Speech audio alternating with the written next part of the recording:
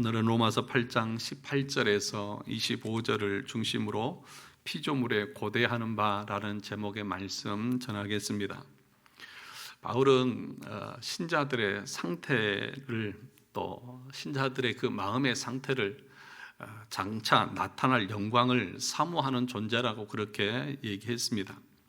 18절을 보시면, 생각하건대 현재의 고난은 장차 우리에게 나타날 영광과 비교할 수 없다. 하나님의 백성들은 이 땅을 살아가면서 장차 나타날 그 영광을 사모하면서 살아가는 사람들입니다. 그런데 우리 인간뿐만 아니라 자연 만물도 하나님의 영광이 나타나고 회복되기를 간절히 탄식할 정도로 사모하고 있다는 것을 말씀하고 있습니다. 오늘 본문 19절을 보시면 이렇게 말합니다. 피조물이 고대하는 바는, 그렇게 말합니다. 여기서 말하는 피조물은 어떤 것을 말하고 있을까요? 이 땅에 있는 모든 것은 하나님의 피조물들이죠. 우리 인간도 하나님의 피조물이고, 또 천사들도 하나님의 피조물이고, 자연 모든 만물도 피조물이고, 마귀도 피조물입니다. 그러면 여기서 말하는 피조물이 그렇게 고대하는데, 그 피조물은 어떤 피조물을 말하는 것이냐? 우리 인간이냐? 아니면 자연 만물이냐? 아니면 마귀냐 하는 것입니다. 그 내용을 다시 계속해서 보겠습니다. 피조물이 고대하는 바는 하나님의 아들들이 나타나는 것이다. 그러니까 하나님의 아들들이 나타나는 것을 사단이 좋아할 일은 없습니다. 그러니까 사단은 아닐 것입니다. 또 20절에 보니까 피조물이 또 나옵니다. 피조물이 허무한데 굴복하는 것은 자기 뜻이 아니요. 또 21절에도 그 바라는 것은 피조물도 썩어짐의 종노릇한 데서 해방되어 라고 말하는 것을 보면, 천사는 썩어질 것이나 또 허무한데 굴복하는 존재가 아니기 때문에 천사도 아닙니다. 그러면 이 피조물은 어떤 피조물을 말하느냐 하면 자연 만물을 말하는 것입니다. 그러니까 지금 바울은 하나님의 창조물인 이 피조물들을 의인화해서, 사람처럼 의인화해서 설명을 하고 있습니다. 이 모든 만물들이 뭘 고대하고 있다는 것입니까? 오늘 19절을 다시 보시면 하나님의 아들들이 나타나는 것입니다. 21절에는 이렇게 말합니다. 하나님의 자녀들의 영광의 자유에 이르는 것, 그것을 피조물들이 애타게 그렇게 고대하고 사모하고 있다는 것입니다. 그런데 바울은 이 피조물의 상태를 아주 부정적인 것으로 표현을 하고 있는 걸 보게 됩니다. 20절에 보면 허무한데 굴복하는 것은 자기 뜻이 아니요. 또 21절에도 피조물도 썩어짐의 종노릇한 데서, 피조물이 썩어짐의 종노릇하고 있다고 말하고 있습니다. 22절에도 보면 피조물이 다 이제까지 함께 탄식하며 고통을 겪고 있다고 그렇게 말하고 있습니다. 그러니까 지금 한마디로 말하면 인간만 타락해서 고통을 겪고 있는 것이 아니라 자연의 모든 만물들도 지금 타락해서 저주를 받아서 썩어짐과 허무한 것에 그렇게 버려진 상태로 그렇게 존재하고 있다는 것입니다. 그러니까 세상의 모든 것이 단 하나도 빠짐없이 비참한 상태에 놓여 있다는 것입니다. 그렇기 때문에 또한 모든 만물들이 모든 것이 새롭게 되기를 간절히 사모하고 있는 상태라는 것입니다. 긍정적으로 표현을 하면 모든 피조물이 괴로워하고 있지만 소망으로 인해서 지탱되어지고 있다는 것을 말하는 것입니다. 그래서 오늘 본문에 보시면 탄식이라고 하는 말이 2번이나 반복해서 나옵니다.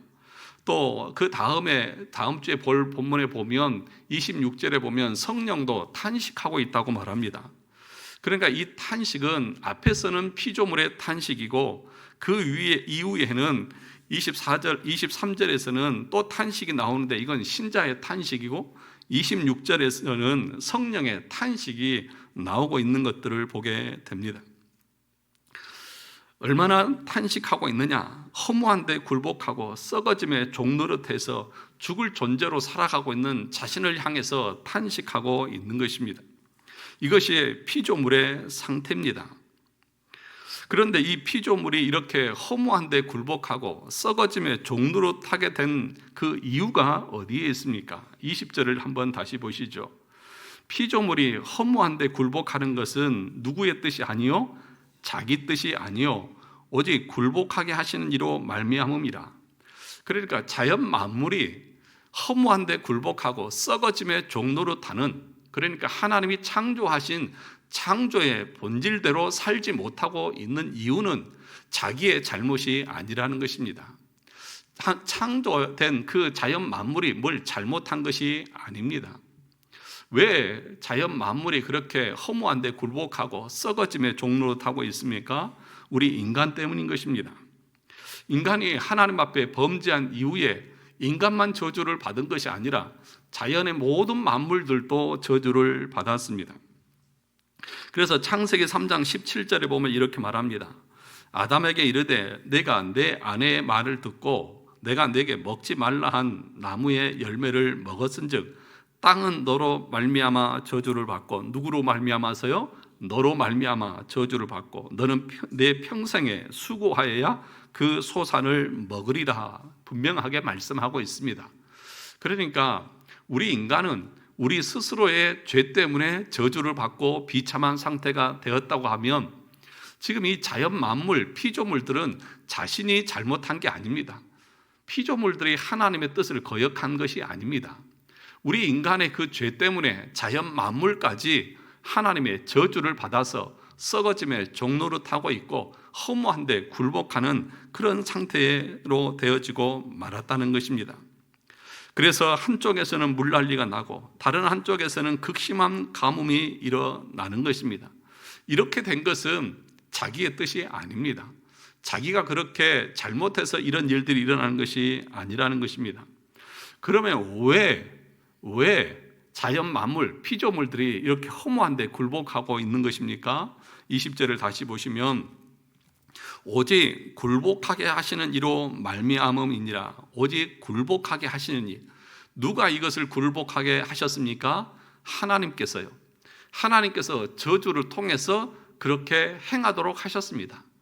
그러니까 자연 만물은 자기의 본질대로 행하고 있지 못하지만 결론적으로 보면 자연 만물은 그 하나님의 말씀하신 대로 순종하고 있는 것이라고도 말할 수 있습니다.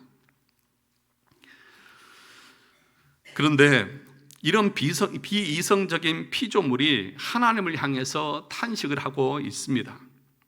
하나님, 우리도 썩어지고 허무한 데 굴복하지 않고 하나님의 영광을 맛보고 싶습니다.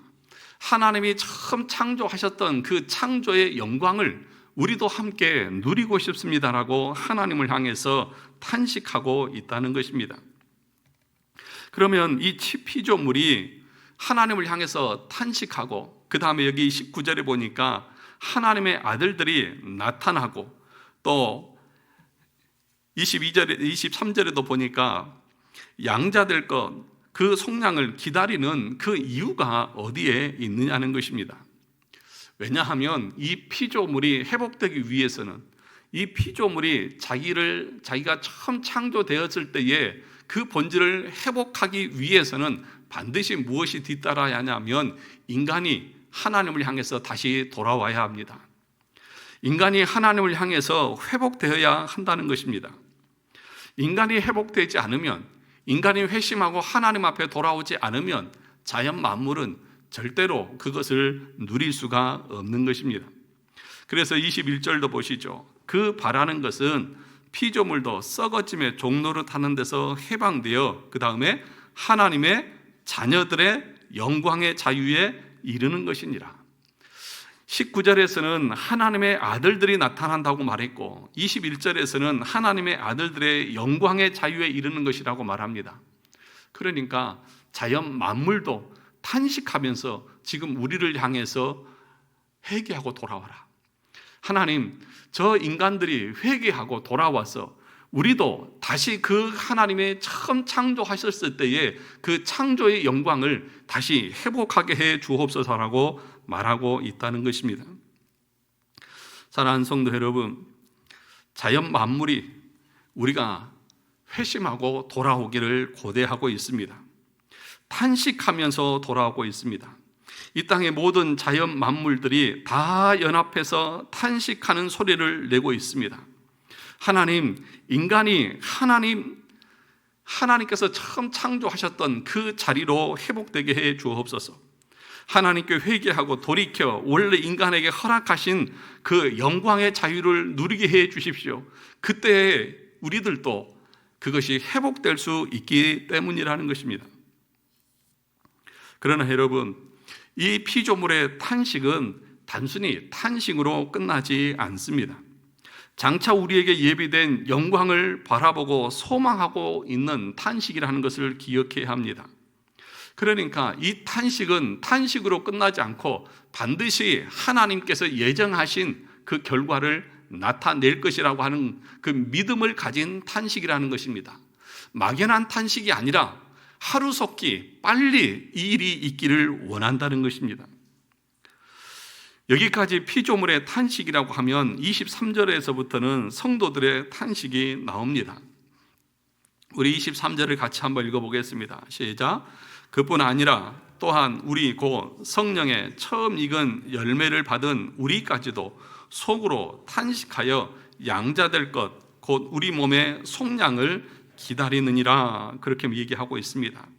성도들도 탄식합니다. 그런데 이 성도들을 가리켜서 어떻게 표현을 하고 있습니까? 우리 곧 성령의 처음 익은 열매를 받은 우리까지도 그렇게 얘기합니다. 성령의 처음 익은 열매를 받은 우리다, 그렇게 얘기를 하고 있는 것입니다. 그러니까 우리는 예수 그리스도를 영접함으로 하나님의 자녀가 되어졌습니다. 그 하나님의 자녀들에게 주어지는 은혜가 무엇입니까? 성령의 열매죠. 사랑과 희락과 화평과 온유와 절제, 하나님과 함께 할 수 있는 화평, 평안, 의입니다. 그럼에도 불구하고 예수 믿는 우리의 이 땅의 삶은 평안하지 않는 것 같고 우리의 삶은 늘 고통과 고난의 연속입니다. 크고 작은 고난과 시련을 피할 수가 없습니다. 우리는 이것을 눈물 골짜기 같다고 말하고 눈물 골짜기를 통과하는 것이 우리 인생이라고 말하면서 죄와 싸워야 하고 불구대천의 원수인 사단의 공격과 세상의 유혹을 견뎌야 하는 것이 우리의 실존인 것이죠. 그래서 우리가 하나님을 향해서 살아가는데 세 가지 적이 있다고 말했습니다. 그것은 뭐냐 하면 사탄과 또 세상의 유혹과 우리 안에 있는 육체의 소욕이라고 그렇게 말합니다. 그것이 우리가 죄의 그 지배로부터는 자유롭게 되어졌지만 여전히 하나님을 향해서 거룩한 삶을 살지 못하도록 우리를 유혹하고 넘어지게 하고 있다는 것입니다. 이것이 성도들의 탄식인 것입니다. 여기서 처음 익은 열매라고 그렇게 얘기하고 있습니다. 처음 익은 열매, 이것은 순서적으로 처음이라고 하는 것입니다. 그리고 분량의 측면에서 하늘에서 우리가 누릴 그 하나님의 영광과 그 평화에 비교했을 때에 극히 일부분이라는 것입니다. 충만함의 측면에서 비교할 때도 우리는 이 땅에서 완전한 충만을 누리지 못합니다. 그러나 그 영화에 들어가면 우리의 하나님께서 약속하신 그 영화로움을 충만하게 우리는 누리게 될 것입니다. 그런 측면에서 이 땅에서 믿음으로 살아가는 우리를 향해서 처음 익은 열매다, 그렇게 말하고 있는 것입니다. 한마디로 말하면 이 세상에서 믿음으로 살아가는 우리들이 이 땅에서 누리는 의와 평강과 희락과 기쁨과 감격은 장차 우리가 누리게 될 것에 맛보기에 불과한 것입니다. 사랑하는 성도 여러분, 그런데 이런 신자들도 이 세상에서 살면서 탄식하면서 살아갑니다. 어떤 탄식을 우리는 하고 살아가고 있습니까? 여러분들은 무엇 때문에 탄식하고 있습니까? 사도 바울은 여기서 우리의 탄식이 우리 자신의 비참함에 대한 탄식인 것을 고백하고 있습니다.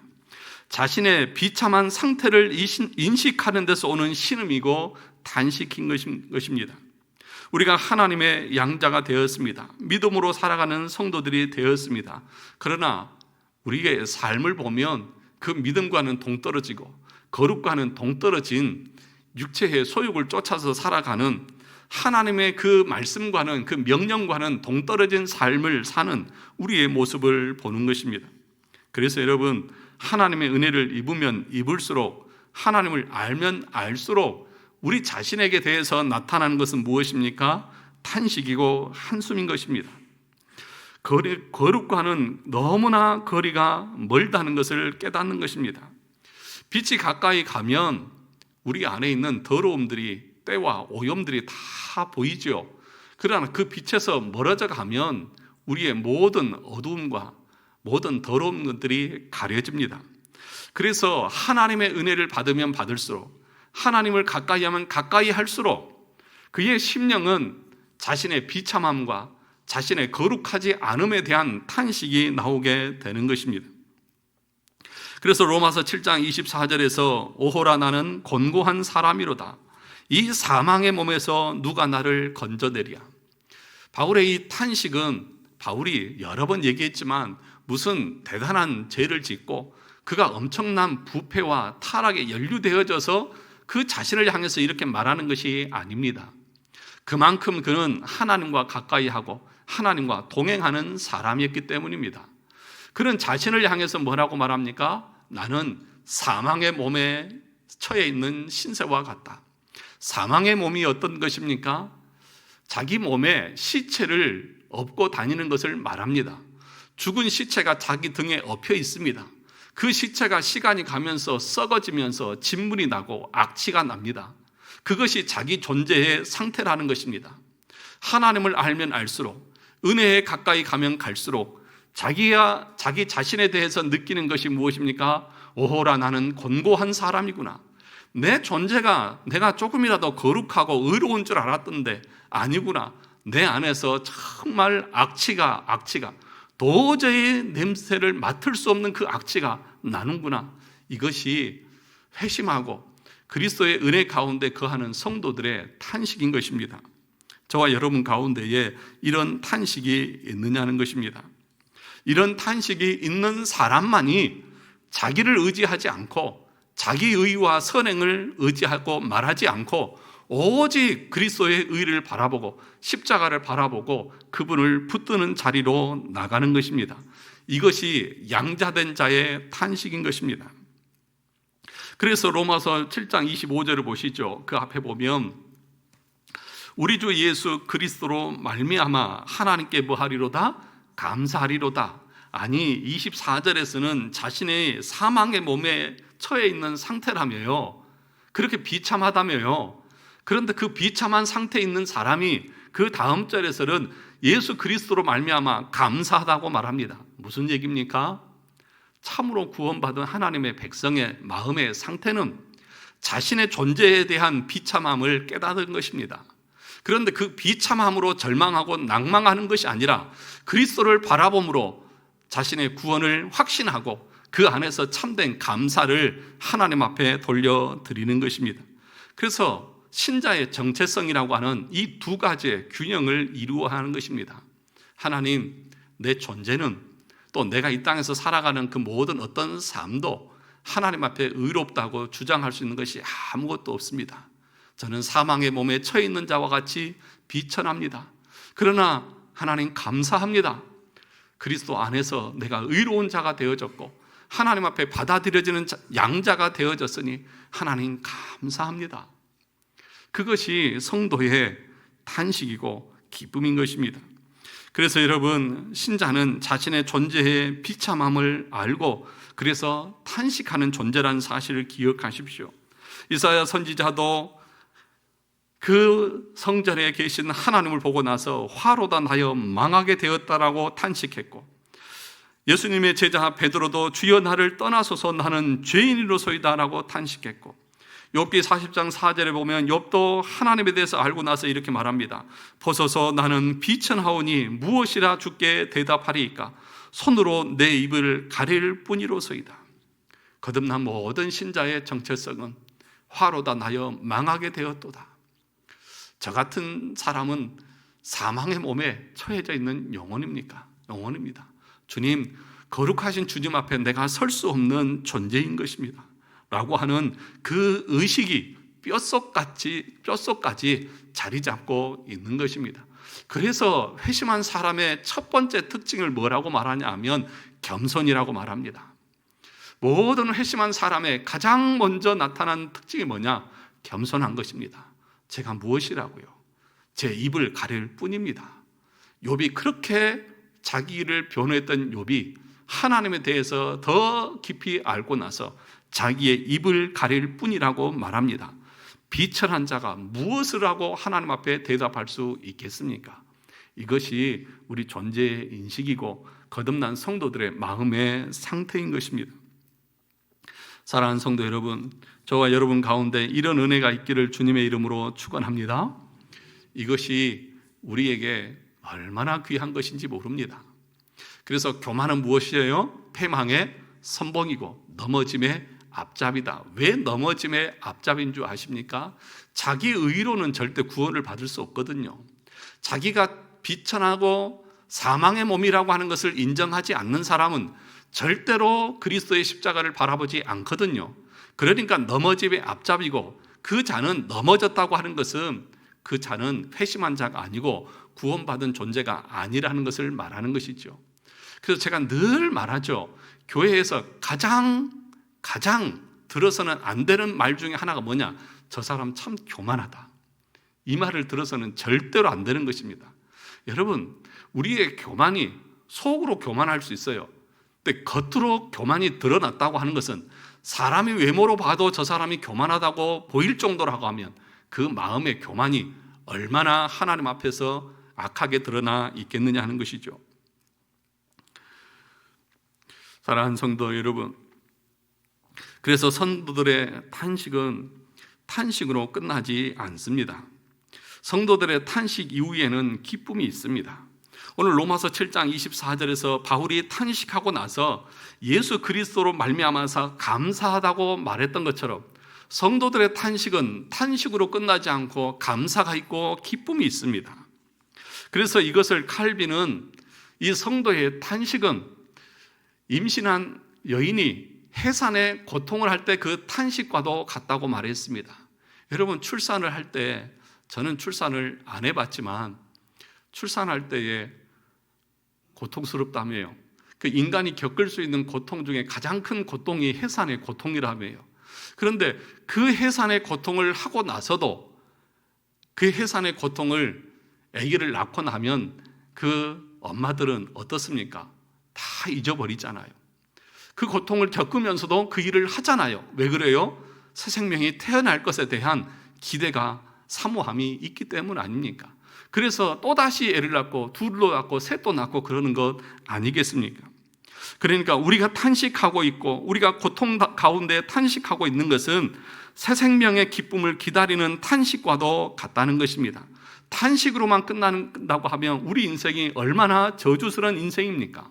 그러나 하나님은 그 하나님 안에서 탄식하면서 고통하면서 괴로워하면서 살아가는 우리를 향해서 그 탄식은 잠깐이고 장차 우리에게 나타날 영광은 영원해서 하나님이 주시는 그 기쁨은 영원할 것이라고 하는 것을 우리에게 가르치고 있는 것입니다.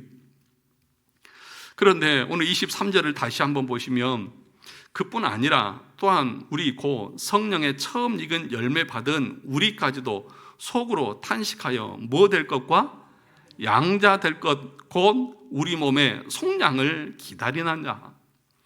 그러니까 우리에게 그 탄식 이후에 주어지는 것이 뭐예요? 양자, 그리고 우리 몸의 속량, 그렇게 말합니다. 이것은 같은 말입니다. 그런데 여기서 말하는 양자라고 하는 것은 15절에서 말하는 양자와 다릅니다. 15절을 보시죠. 8장 15절에 보면 너희는 다시 무서워하는 종의 영을 받지 아니하고 누구의 영? 양자의 영을 받았으므로 우리가 아빠, 아버지라고 부르짖느니라.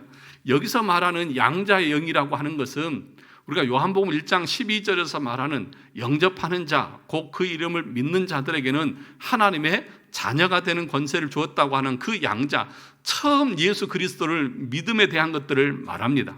그러면 여기 23절에서 말하는 양자 될 것이라고 하는 것은 무엇을 의미하는 것입니까? 이제 우리 주님께서 이 땅에 재림하셔서 이제 우리의 영혼과 우리의 육체가 하나가 되어져서 이제 그 부활의 영광과 기쁨을 누릴 때에 양자로서의 그 특권과 권세와 그 통치자의 보좌에 우리 주님과 함께 앉는 그것을 지금 바라보고 있는 것입니다. 그래서 23절을 다시 보시면 무엇을 속량한다고 말합니까? 무엇을 속량해요? 우리 몸의 속량을 기다린다. 몸의 속량을, 우리의 영혼이 구원받는 것을 기다리는 것이 아니라 무엇이요? 우리의 몸이요. 다시 말하면 우리의 육체가 이제 영혼과 하나 되어지는 부활의 그 영광을 소망하고 있다는 것입니다. 사랑하는 성도 여러분, 여러분들은 무엇을 소망하면서 살아가고 있습니까? 정말 재림의 날을 사모하고 있습니까? 그 영광의 날이 있다는 것을 여러분 분명하게 확신하고 있습니까? 여러분, 이 부활의 날, 그 영광의 날이 있다고 확실하게 믿고 살아가는 사람들은 이 땅을 살아갈 때에 비록 우리의 삶에 고난이 있고 고통이 있고 탄식이 있습니다. 막연하게 느껴질 수도 있을 것입니다. 그러나 그런 것 때문에 포기하지 않습니다. 그런 것 때문에 우리의 믿음을 저버리지 않습니다. 그것이 참된 믿음을 가지고 있는 성도의 모습이라는 거예요. 그래서 여러분, 우리가 도르트 신조에서 배웠듯이 마지막 칼빈주의 5대교의 마지막이 뭐예요? 성도의 견인이잖아요. 견인이 뭐예요? 견인차가 끌고 가는 거 아니라고 분명하게 말씀드렸어요. 견인은 뭐예요? 내가 참고 인내하는 거예요. 고난 가운데, 고통 가운데, 탄식 가운데 믿음으로 살아가는 그 삶 가운데에서 고난이 있고 어려움이 있지만 그 가운데서 장차 나타날 그 영광을 내가 확신하기에, 그것을 내가 분명하게 믿기에 인내하면서 기다리는 것입니다. 그것이 성도의 모습이라는 것을 말하는 것입니다. 그래서 24절에서 뭐라고 말합니까? 우리가 소망으로 구원을 얻었음에 보이는 소망이 아니니 보는 것을 누가 바라리요? 소망으로 구원을 얻었다. 여러분, 우리의 구원이 눈으로 보입니까? 여러분이 구원 받으셨죠? 그 구원을 여러분 손으로 만질 수 있습니까? 없지요. 소망한다고 하는 그 말은 아직 내 눈에 보이지 않고 내 손에 잡지 못한 것을 소망한다고 말하지, 내 눈에 보이고 내 손에 잡힌 것을 누가 소망한다고 말합니까? 그러니까 우리의 구원이라고 하는 것은 내 눈에 보이지 않습니다. 아직 부활이 우리 가운데 나타나지도 않았습니다. 그러나 참된 믿음의 성도들은, 하나님의 택한 자녀들은 그 날이 반드시 있다고 하는 그 확신과 믿음이 있기 때문에 인내하면서 소망하면서 그 구원을 바라보며 살아가는 것입니다.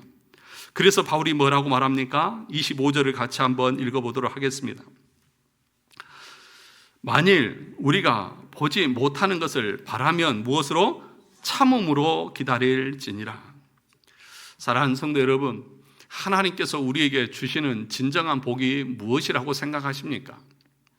여러분들은 소망할 때 눈에 보이는 것을 소망하고 손에 잡히는 것을 소망하죠. 이 땅에서 우리가 출세하고 성공하고 돈 많이 버는 것을 소망하죠. 그런 것을 누가 소망이라고 말합니까? 그런 것을 말하는 것이 아닙니다. 성경에서 보여주고 있는 참된 복은 에베소서 1장 3절에서 바울이 이렇게 말했습니다.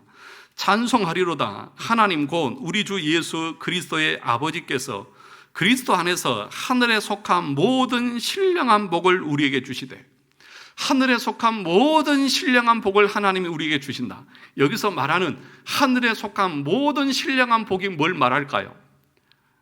어떤 사람들은 모든 신령한 복이라고 말하니까 이것도 주시고 저것도 주시고 세상에서도 영광을 다 누리고 내가 기도하고 바라는 거 다 이루어 주시는 것이라고 생각할지 모르지만, 여기서 말하고 있는 바울의 복은 딱 하나입니다. 뭐냐 하면 구원의 복입니다. 그것이 하나님이 주시는 진정한 복입니다. 나머지 이 땅에서 우리가 누리면서 살아가는 물질과 명예와 권세와 이런 것은 하나님이 어떤 사람은 많이 주시기도 하고 적게 주시기도 해요. 그것은 우리의 행위와 상관이 없어요. 하나님이 주시고자 하는 진정한 복은 예수 그리스도 안에서 그분을 위해서 살아가고 그분을 섬김에 있어서 기쁨을 누리고 그분과 함께 동행하는 것이 내 삶의 목적이 되고 목표가 되고 이렇게 살아가는 것이 나는 참으로 기쁘고 즐거운 것, 이것이 하나님께서 주시고자 하는 하늘의 신령한 모든 복이에요. 그러면 여러분의 상태가 내가 정말 복된 상태에 있느냐 아니냐는 물질이 여러분의 상태를 결정하는 것이 아니라, 여러분의 쥐나 가지고 있는 것이 결정하는 것이 아니라, 여러분의 마음의 상태가 마지막 주님이 재림하신 날 사모하면서 이 남은 때를, 고통과 탄식의 이 시간을 하나님이 기뻐하시고 즐거워하시는 일에 내가 드리면서 그것에 만족하고 그것을 기뻐하고 살아가고 있느냐 있지 않느냐가 여러분이 진짜 복된 인생이냐 아니냐를 결정하는 것입니다. 그런데 대부분의 사람들은 이것은 몰라요. 이것과 상관없이 살아요. 단순히 눈에 보이고 손에 잡히는 것이 자신의 복이라고 생각하고, 이게 많으면 내가 행복하고 이게 없으면 내가 불행하다고 생각합니다. 그런데 여러분, 성경의 가르침은 그게 아니에요. 얼마나 우리가 비성경적인 생각을 가지고 이 땅을 사는지 모릅니다. 우리 주님께서 말씀하시고 있는 하늘에 속한 신령한 복은 예수 그리스도 안에서 내가 창세전에 택함받은 하나님의 백성으로 예수 그리스도를 영접하고 그분을 내 아버지로 모시면서 그분을 위해서 살아가는 내 삶 자체, 그분과 함께 동행하는 것이 정말 기쁘고 즐겁고 다른 거 다 잃어도 나에게 주님만 계시면 된다고 하는 이 고백으로 살아가는 그 고백을 우리 주님은 가장 기뻐하시고 그것이 진정한 복이라는 것입니다. 그런데 여러분, 참으로 회심하지 못한 사람들은, 진짜 하나님의 자녀가 아닌 사람들은 이 세상에 보이는 것에 연연하기 때문에 그것에만 목매이고 재림에 대한 생각이 없습니다. 그러다 보니까 주님을 위해서도 살지도 않습니다. 그것에 관심이 없습니다. 그러니 인내하지도 않습니다. 그러니 예수 믿으면서 고통당하는 것에 대해서 견딜 수가 없는 것입니다. 사랑하는 성도 여러분, 분명한 것은 오늘 지금 바울이 말하고자 하는 내용 중에 핵심이 뭐냐? 우리의 삶이 예수 믿어도 이 땅의 삶은 탄식이 있습니다. 고난이 있습니다. 그러나 우리의 탄식은 절망의 탄식이 아니라 희망의 탄식입니다. 학수고대하는 것입니다. 그날이 하루속히 왔으면 좋겠다고 하는 그 기대감 가운데 우리는 살아가는 것입니다. 여러분들이 고대하는 바는 무엇입니까? 오늘 피조물에 고대하는 바는 하나님, 저 인간들이 속히 회개하고 돌아와서 그 하나님의 영광을 회복하게 해 주십시오. 그때 우리도 그 영광에 함께 동참하는 영광을 누리게 해 주옵소서라고 피조물도 탄식하고 있는데, 하나님의 그 창조물인 인간이 하나님 앞에 다시 돌아가려고 하지 않고 회개하려고 하지 않고 있다고 하면 그 얼마나 어리석은 인생인 것입니까? 사랑하는 성도 여러분, 하나님 앞에 돌아오시고 그리스도를 위해서 살아가시고 그분의 영광을 바라보면서 살아가십시오. 여러분의 인생은 허무하게 끝나지 않습니다. 탄식으로 끝나지 않습니다. 장차 이 땅에서 우리가 당했던 그 고난은 비교할 수도 없는, 저울에 달 수도 없는 그 영광이 반드시 분명하게 우리 앞에 다가오고 나타날 것입니다. 그 사모함이 있는 성도들만 참된 믿음의 길을 가게 될 것입니다. 이런 은혜가 있기를 주님의 이름으로 축원합니다.